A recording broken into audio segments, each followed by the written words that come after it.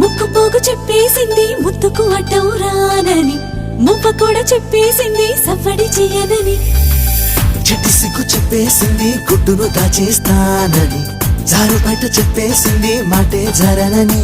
మగవాడై తగిలావు ముడి వేసుకోకపోను, వగలాడై రగిలావు సగలనచకుండా ఉండను.